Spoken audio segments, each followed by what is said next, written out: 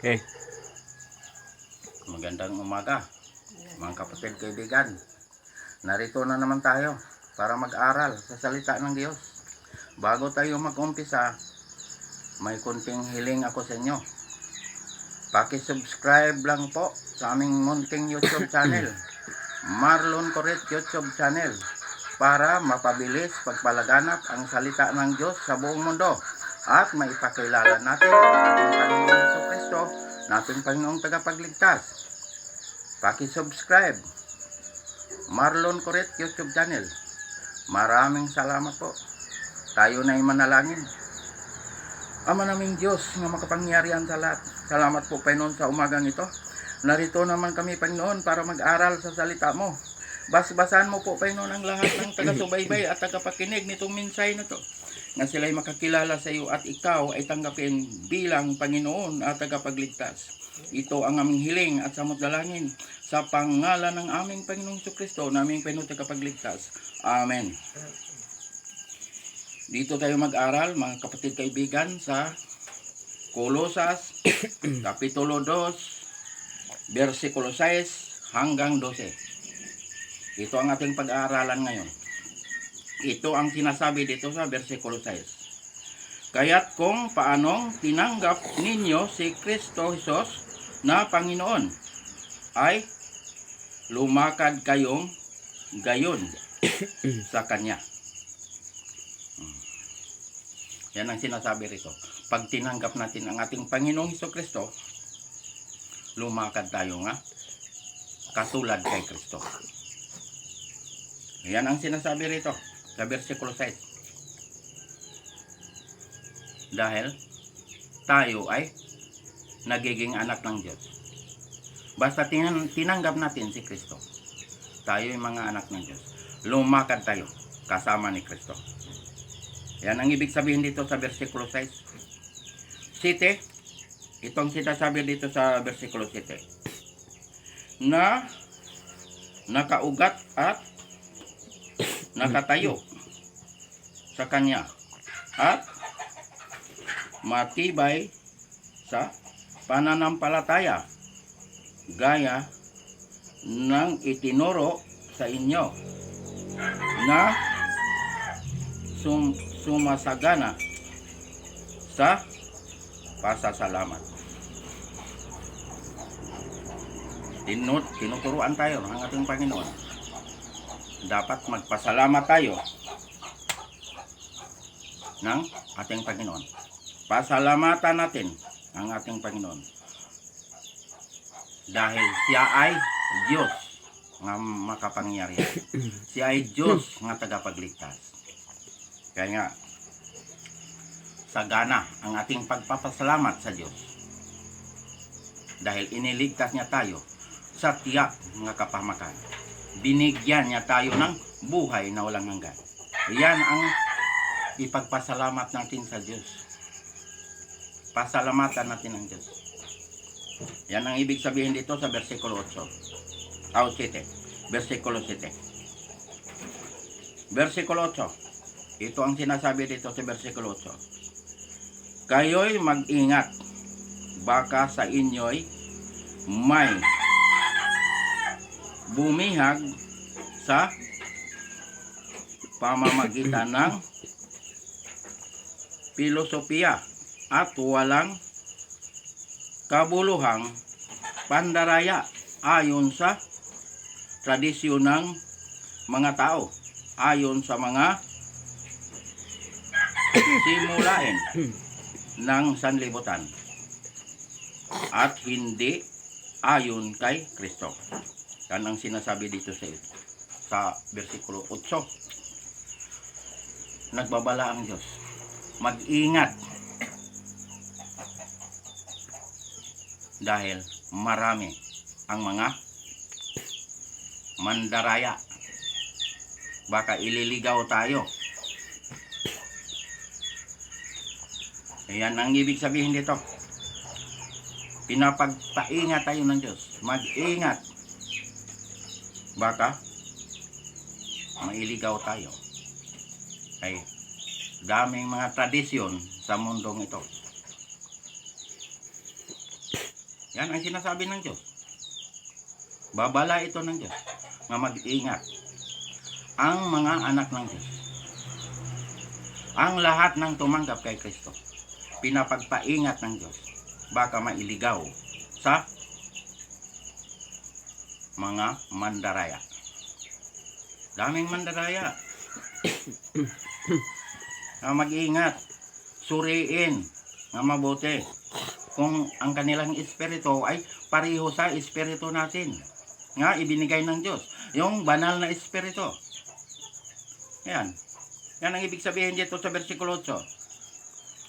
9. Sapagkat sa kanya'y naninirahan ang buong kapuspusan ng pagkadiyos sa katawan. Anong ibig sabihin dito? Binigyan tayo ng Diyos ng banal na espiritu. Naninirahan ang Diyos dito sa ating puso, ating buong pagkatao. Dahil tayong mga anak ng Diyos ay may banal na espiritu. Yan. Tinatakan tayo ng Diyos ng banal na espiritu. Efeso 1:13. Lahat ng mga anak ng Diyos may tatak niya na banal na espiritu. Kaya nga, kilala ng Diyos yung Kanya. Yan ang ibig sabihin dito sa 9. Naninirahan ang Diyos sa ating katawan.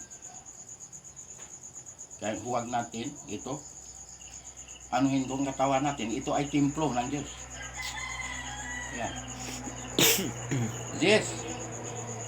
Ito sinasabi dito sa versikulo 10. At kayo'y napuspos sa Kanya na siyang ulo ng lahat ng pamunuan at kapangyarihan. Si Kristo ang ulo sa lahat ng kapangyarihan. Puspos tayo sa banal na espiritu. Dahil ang banal na espiritu ay nandito sa atin. Yan. Yan ang ibig sabihin dito sa versikulo 11. Ito sinasabi dito sa versikulo 11. Sa Kanya ay tinuli rin kayo ng pagtutuling hindi gawa ng mga kamay sa pamamagitan ng paghuhubad ng katawang laman sa pagtutuli ni Kristo. Anong ibig sabihin ditong pagtutuli? Ang mga Hudyo, tuli. Yan ang tinatawag na tuli ang mga Hudyo. Tayo rin ang tumanggap kay Kristo, nagiging tuli din tayo. Kasama ni Kristo. Yan ang ibig sabihin nito. Tuli din tayo. Kasama ni Kristo. Dahil tinanggap natin ang ating Panginoong Hesukristo. Yan ang ibig sabihin dito sa versikulo 11. Pagtutuli, yung pagtutuli sa mga Hudyo. Pero tayo, mga tumanggap kay Kristo, tuli din tayo, kasama ni Kristo. Yan ang ibig sabihin dito sa versikulo 11. 12, last verse. Ito ang sinasabi dito. Nang ilibing kayo kasama niya sa bautismo, kayo rin ay muling binuhay na kasama niya sa pamamagitan ng pananampalataya sa kapangyarihan ng Diyos na muling bumuhay sa Kanya mula sa mga patay. Binuhay ang Panginoon ng Ama. Bubuhayin din tayo ng Panginoong Hesukristo. Dahil kaya bumuhay ang Ama, kaya din bumuhay ang Anak. Kaya binigyan ng Ama ang sa kapangyarihan ang anak nga kaya siyang bumuhay. Kaya din siyang magligtas. Kaya din siyang humatol. Yan ang ibig sabihin dito sa versikulo 12. Binigyan niya tayo ng buhay na walang hanggan. Pag tayo ay nananalig at tumanggap kay Kristo bilang Panginoon at tagapagligtas, tayo ay may buhay na walang hanggan. Pangalan ay nakasulat sa aklat ng buhay. Ayan ang ibig sabihin dito. Kahit patay na ang tao, bubuhayin muli ng Diyos. Basta ikaw ay nananalig at tumanggap kay Kristo. Pag ikaw ay nagpabautismo sa pangalan ng Ama, pangalan ng Anak, pangalan ng Espiritu Santo. Ano kasunod? Sundin ang kanyang mga utos. Dahil ang sabi ng Diyos, tuto tayong nakakilala sa Kanya pag tayo'y sumunod sa Kanyang mga utos. Ang nagsasabi na nakikilala ko siya, ngunit sumusuway naman sa Kanyang mga utos ay sinungaling at wala sa Kanyang katotohanan. Yan mga kapatid ang sinasabi sa unang Juan Kapitulo 2 versikulo 3 hanggang 4. Nakakatiyak tayong nakikilala natin ang Diyos kung sinusunod natin ang Kanyang mga utos. Ang nagsasabi, nakikilala ko siya, ngunit sumusuway naman sa Kanyang mga utos ay sinungaling at wala sa Kanyang katotohanan. Yan ang sinasabi. Pag totoo kang nakakilala sa Diyos, sunda ang Kanyang mga utos. Yan. Ano pang sinasabi ng ating Panginoong Hesukristo sa Juan 14, versikulo 15? Kung iniibig ninyo ako, tutuparin ninyo ang aking mga utos. Hindi niya sinabing binura mo na ang aking utos. Pero may nagsasabi nga, wala na daw ang utos, burado na. Pero ang sabi ni Kristo, kung mahalin niyo ako, sundin niyo ang aking mga utos. Tutuparin niyo ang aking mga utos. Si Kristo may sabi niyan sa Juan 14, versikulo 15. Ipasunod ang utos ng Diyos. Dahil ang utos ng Diyos, nandyan ang palatandaan niya nga totoong nakakilala tayo sa Kanya. Ano ang palatandaan ng Diyos? Nga totoo tayong nakakilala sa Kanya? Ang Sabat, ang ikapitong araw. Palatandaan ng Diyos yan. Nga, ang sabi ni Diyos, kilalanin niyo ako, kilala ko kayo. Ezekiel 20:20. Yan. Dahil ang Sabat ay banal na araw. Ang Sabat ay ipinagpahinga ng Diyos. Nagpahinga ang Diyos sa ikapitong araw. Ibig bang sabihin ang Diyos ay napapagod? Hindi napapagod ang Diyos. Dahil ang Diyos ay makapangyarihan. Bakit nagpahinga ang Diyos? Anong ibig sabihin ng pahinga? Matutulog? O makahiga? Hindi. Ang ibig sabihin niyan, sambahin natin ang Diyos sa araw ng Sabat. Yan ang sinasabing magpahinga. Magsamba tayo sa Diyos. Sambahin natin ang Diyos sa Espiritu at sa katotohanan. Palatandaan ng Diyos yan. Ang Sabat. Pang-ilang utos yan? Pang-apat na utos yan. Igalang ang araw ng pamamahinga. Dahil banal na araw yan. Binasbasan. Ibinukod para sa Diyos. Kaya nga, sa bagong langit, bagong lupa, ang sambaron ay Sabat. Hindi linggo. Sabat ang nakalagay. Asang basa? Isaiah 66, versikulo 22 hanggang 23. Versikulo 22, mababasa mo ang bagong langit, bagong lupa. Mababasa mo yan. Sa versikulo 22.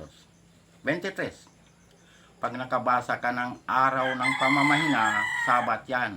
Pero dito sa Biblia ko, ang nakalagay, Sabat. Pag araw ng pamamahinga, Sabat yan. Hindi yan linggo.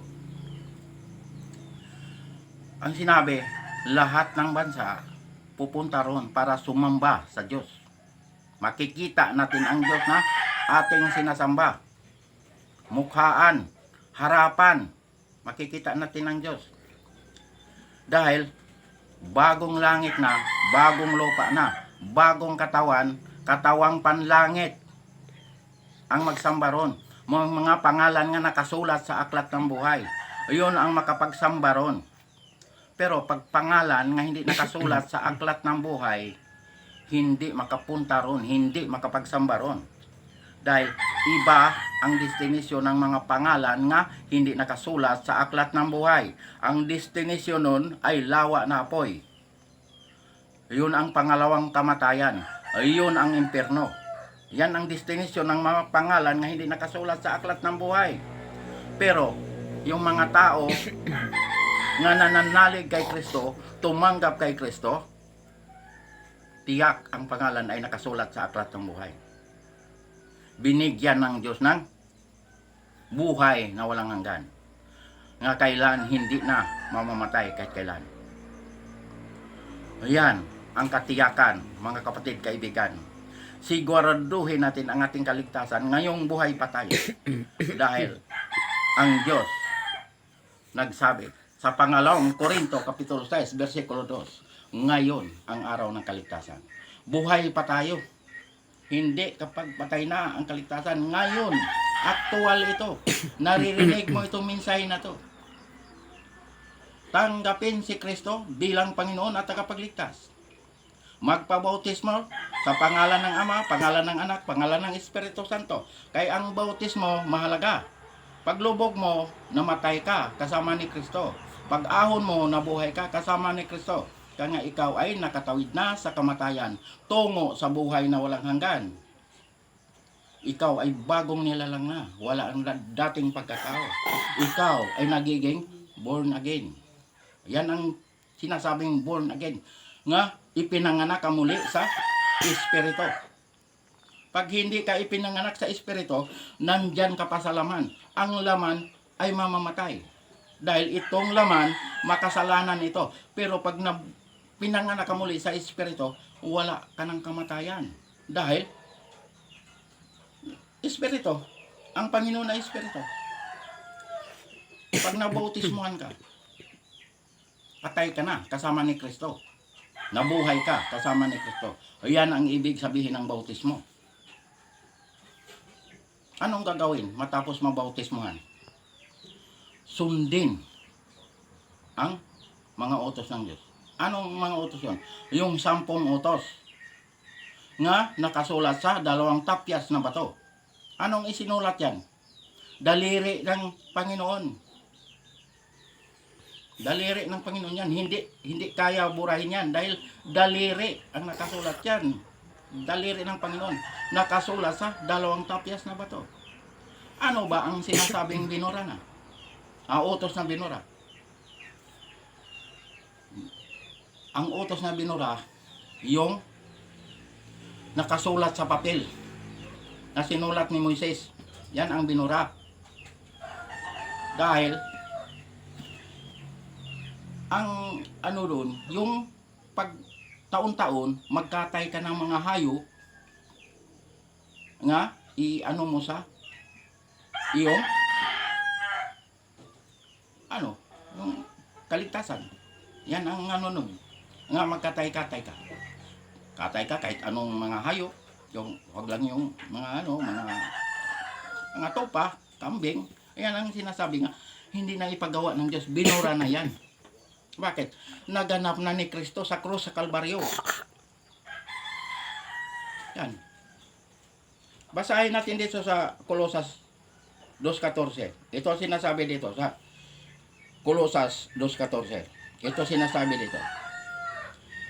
Na binawi ang sulat kamay na laban sa atin na nasa mga tuntuning salungat sa atin. At ito'y kanyang inalis at ipinako sa cross. Ito sinasabi dito sa versikulo 14. Ang sulat kamay. Sino sumulat? Si Moises. Ito ang binura. Yan, naunawaan ba natin ito nga may binura? Itong pagkatay-katay, yung mga yung magkatay ka ng mga baka, kambing, o mga tukmo, o yan, wala na yan. Dahil tinapos na ni Kristo sa krus sa Kalbaryo. Nung namatay si Kristo sa krus, binayaran ang kasalanan nating lahat. Lahat ng tao, binayaran ni Kristo. Buhay niya ang ibinayad. Ano ang inugas? Dugo ng ating Panginoong Hesukristo. Yan ang inugas ng ating mga kasalanan. Kaya nga ang kaligtasan, hindi pwede bilhin ng kahit sinong mayaman sa mundo. Kahit ikaw pang pinakamayaman sa mundo, hindi mo kaya bilhin ang kaligtasan. Dahil buhay ni Kristo ang ibinayad nito. Dugo ng Panginoong Hesukristo ang inugas ng ating mga kasalanan. Kaya nga, kahit ikaw pang mayaman, hindi mo kaya bilhin ang kaligtasan. Dahil si Kristo ang gumawa nito sa krus sa Kalbaryo. Paniwalaan natin ito, mga kapatid kaibigan. Ito katotohanan. Wala itong halo ng kasinungalingan. Manalig kay Kristo. Tanggapin si Kristo bilang Panginoon at tagapagligtas. Magpabautismo. Sundin ang kanyang mga utos. Ito ang katiyakan na tayo'y makapunta doon sa kaharian ng langit. Babalikan tayo ng Diyos. Kahit patay na ang tao, bubuhay niya muli yan para isama niya doon sa kanyang kaharian. Doon tayo magpapatuloy sa pagsamba sa ating Panginoon. Sambahin natin ang Diyos sa Espiritu at sa katotohanan. Doon. Sa bagong langit, bagong lupa, nga pinaghaharian ng katarungan. Yan. Doon tayo manambahan, mga kapatid, kaibigan. Wala na tayong kamatayan. Kahit kailan, wala na tayong pag-iiyak. Wala na tayong mga problema ron. Dito lang sa lupa, marami tayong problema. Pero doon, wala na tayong dapat ikabahala. Bakit? Kasama natin ang Diyos. Makikita natin ang Diyos. Ating sinasamba. Wala doon ng mga revolto, imahen, o larawan, o anumang mga ipinagbabawal ng Diyos. Wala ron. Dahil galit ang Diyos sa mga revolto, mga imahen, o mga larawan. Galit ang Diyos niyan. Ang sabi ng Diyos, ang mga tigsimbag, mga Diyos-Diyosan, ay itatapon niya sa naglalagablab na apoy at asupre. Saan mabasa? Pahayag, Kapitulo 21, versikulo 8. Mababasa mo yan. Kaya nga dito, mga kapatid kaibigan, kumpleto ang itinuturo ng Diyos para tayo'y makaiwas sa parusa ng Diyos. Dahil pag hindi tayo maniwala, hindi tayo makinig nitong salita ng Diyos, aabutin talaga tayo nito sa oras ng paghukom ng Diyos. Kaya nga ipinakilala ko rito sa buong mundo na si Jesucristo lamang ang tagapagligtas, wala nang iba. Kaya siya ay Diyos nga nagkatawang tao. Siya ay tunay na Diyos at buhay na walang hanggan. Siya ay ipinadala ng Ama rito sa lupa para tayo iligtas. Pero, ang tanong, bakit may mapahamak? Bayad na ang kasalanan ng lahat ng tao. Bakit may mapahamak? Yan ang tanong. Dahil may mapahamak dahil ayaw makinig ng salita ng Diyos, ayaw maniwala, ayaw tumanggap kay Kristo. Kaya sila ay napahamak. Sila na ang pumili sa kanilang kapahamakan. Yan ang katotohanan, mga kapatid kaibigan. Kaya nga dito, ipinahayag ang salita ng Diyos sa buong mundo. Ipinakilala ang tagapagligtas nga walang iba kundi si Jesucristo. Siya lamang ang tagapagligtas, wala nang iba. Yan, paniwalaan natin ito, mga kapatid kaibigan. Ito katotohanan. Pagkaligtasan ang hinahanap. Pakinggan itong mensahe na ito. para magkaroon ng buhay na walang hanggan. Doon tayo magsama. Kita tayo doon sa bagong langit, bagong lupa. Pag kayo naniniwala, pag kayo ay nananalig kay Kristo, pag kayo ay tumanggap kay Kristo, kita tayo doon sa bagong langit, bagong lupa. Doon tayo magsamba. Naintindihan mo to, mga kapatid, kaibigan? Pinakinggan mo ito? Itong mensahe na ito? Dapat ito paniwalaan at bukas ang ating isip at ang ating puso na tanggapin ang salita ng Diyos at tanggapin ang ating Panginoong Jesucristo. Ayan mga kapatid, kaibigan, mahal tayo ng Diyos. Ayaw ng Diyos na tayo mapahamak. Gusto ng Diyos na tayo maligtas. Kaya nga dito, ipinalaganap sa buong mundo ang salita ng Diyos para magkaroon tayo ng kaligtasan at buhay na walang hanggan. Hanggang dito na lang tayo mga kapatid, kaibigan. Paki-subscribe lang sa aming munting YouTube channel, Marlon Coret YouTube channel, para mapabilis pagpalaganap ang salita ng Diyos sa buong mundo at maipakilala natin ang ating Panginoong Jesucristo, nating Panginoong tagapagligtas. Paki-subscribe Marlon Coret YouTube channel. Maraming salamat po. Tayo na'y manalangin. Ama naming Diyos, na makapangyarihan sa lahat, salamat po Panginoon sa mga salita mo naming napag-aralan ngayong umagang ito. Basbasahan mo po Panginoon ang lahat ng taga-subaybay at lahat ng tagapakinig nitong mensahe na ito, na sila'y makakilala sa iyo at ikaw ay tanggapin bilang Panginoon at tagapagligtas. Ito ang aming hiling at samot dalangin sa pangalan ng aming Panginoong Jesucristo, na aming Panginoon tagapagligtas. Amen.